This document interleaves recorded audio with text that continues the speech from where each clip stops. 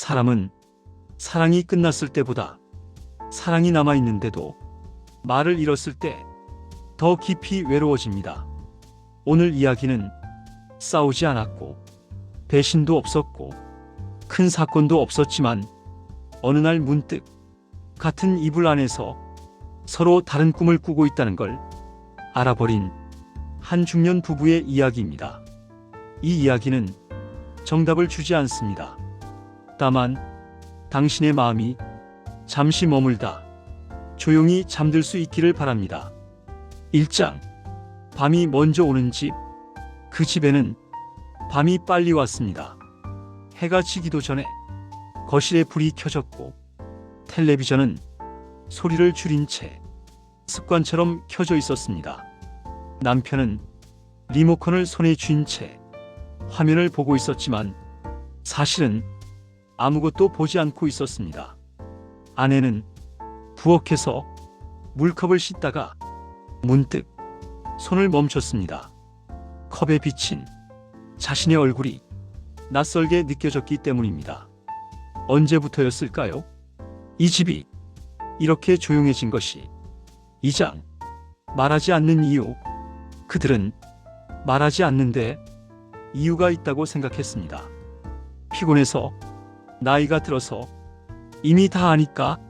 하지만 말하지 않는 데에는 언제나 조금 다른 이유가 숨어 있습니다. 아내는 말하고 싶지 않았던 것이 아니라 말해도 달라질 게 없을까봐 입을 닫았습니다.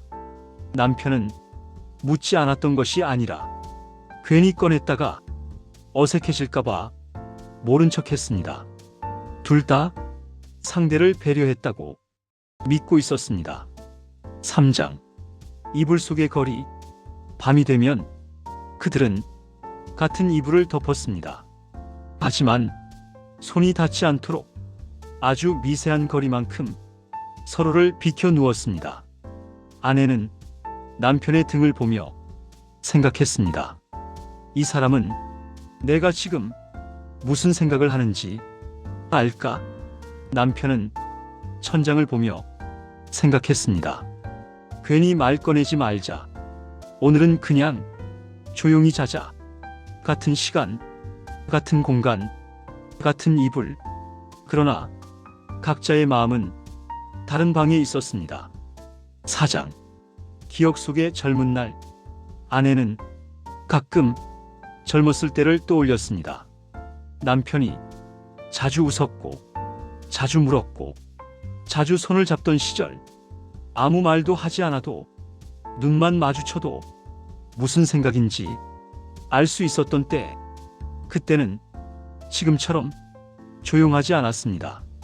조용함은 익숙함이 아니라 시간이 쌓인 결과라는 걸 그녀는 어렴풋이 알고 있었습니다. 5장. 남편의 하루. 남편의 하루는 단순했습니다. 일어나서 일하고 밥 먹고 집에 돌아와 씻고 눕는 것. 그는 자신이 가정을 지키고 있다고 생각했습니다.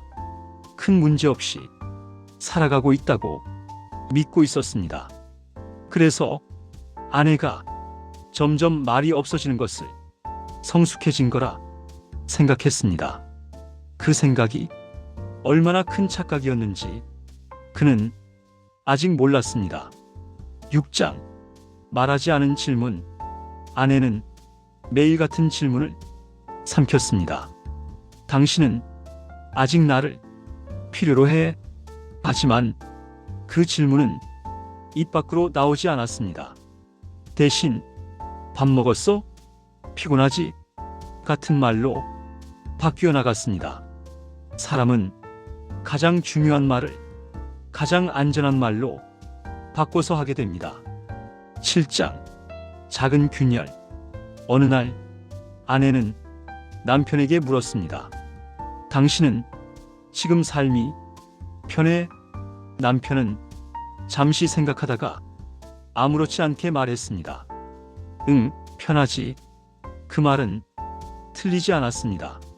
하지만 아내에게는 그 말이 너무 정확해서 아팠습니다.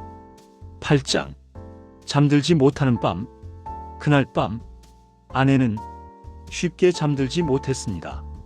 남편의 숨소리가 가까이 있었지만 마음은 너무 멀게 느껴졌습니다. 그녀는 생각했습니다. 이 사람은 나와 함께 사는 게 편한 건지, 나와 함께여서 좋은 건지, 그 질문은 답을 얻지 못한 채 밤을 넘겼습니다. 9장. 처음 느낀 공허. 남편은 어느 날 이상함을 느꼈습니다. 집에 돌아왔을 때 아내가 예전처럼 바라보지 않는다는 것, 웃음이 조금 늦게 나온다는 것. 그제야 그는 집이 조용한 이유를 생각하기 시작했습니다. 10장. 말의 무게. 말은 가벼워 보이지만 관계에서는 가장 무거운 물건입니다. 너무 늦게 꺼내면 상처가 되고 너무 빨리 던지면 깨집니다. 그들은 그 무게를 서로에게서 너무 오래 숨겨왔습니다. 에필로그.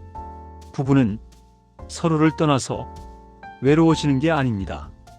같이 있으면서도 말하지 않을 때 가장 외로워집니다. 지금 이 이야기를 듣고 있는 당신이 만약 누군가와 같은 이불을 덮고 있다면 오늘 밤 아주 짧은 말 한마디만 건네보셔도 좋겠습니다. 오늘은 어땠어? 그 한 문장이 관계를 다시 숨쉬게 할지도 모릅니다.